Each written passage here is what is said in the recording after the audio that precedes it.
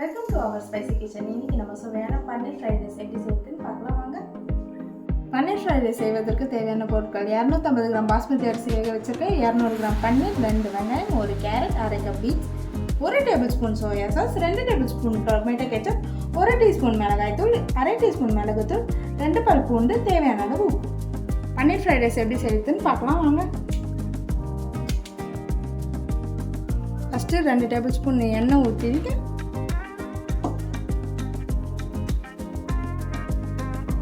எண்ணெய் நல்லா சூடானே பன்னீர் போட்டு நம்ம ஃப்ரை பண்ணிக்கலாம்.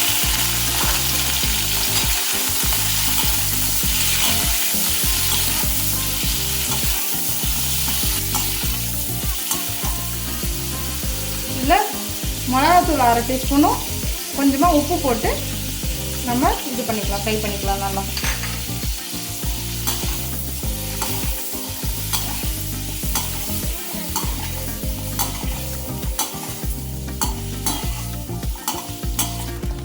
பன்னீர் இப்போ நல்லா ஃப்ரை ஆச்சு. இந்த ஸ்டேஜில் ஆஃப் பண்ணிக்கலாம். பன்னீர் நல்லா ஃப்ரை பண்ணதுக்கப்புறம் இன்னொரு வானல் வச்சு நம்ம எண்ணெய் ஊற்றிக்கலாம்.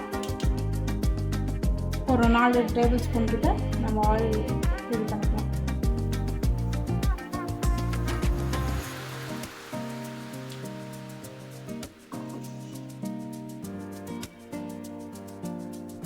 எண்ணெய் நல்லா சூடானதுக்கப்புறம் 2 பல் பூண்டு நறுக்கி வச்சதை இதில் எண்ணெயில் போட்டுக்கலாம். இது நல்லா கோல்டன் ப்ரௌன் ஆகணும்.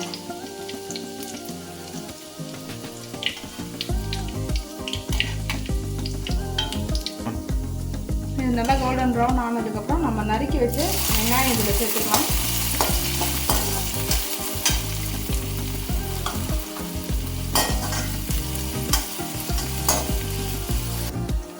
வெங்காயம் வதங்கினதுக்கப்புறம் நம்ம கேரட்டும் பீன்ஸும் போட்டு நல்லா வதக்கிக்கலாம்.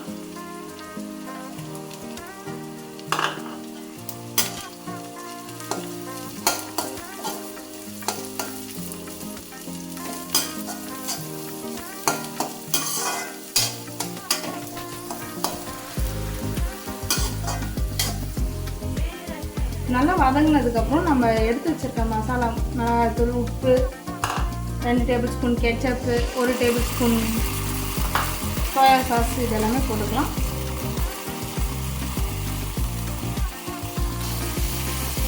இப்போ நல்லா வதக்கிக்கலாம்.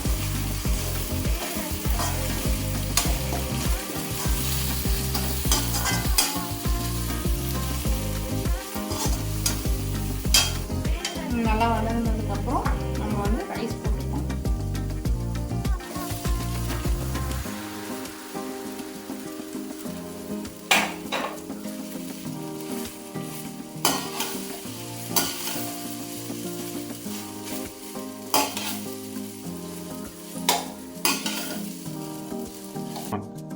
சாதம் நல்லா கலந்தாச்சு. இப்போ ஃப்ரை பண்ண பன்னீரை நம்ம ஆட் பண்ண போகிறோம். ஆட் பண்ணி நல்லா இது வதக்கிக்கலாம்.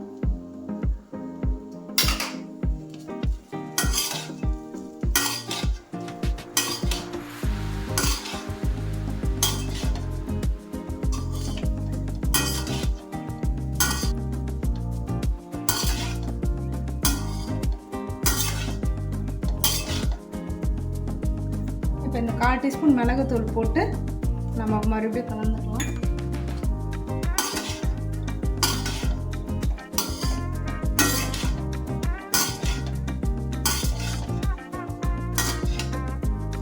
இப்போ நம்ம வெங்காயத்தாள் போடுறோம். இது ஆப்ஷனல் தான். இருந்தால் இது போட்டுக்கோங்க, இல்லைன்னா கொத்தமல்லி கூட போட்டுக்கலாம்.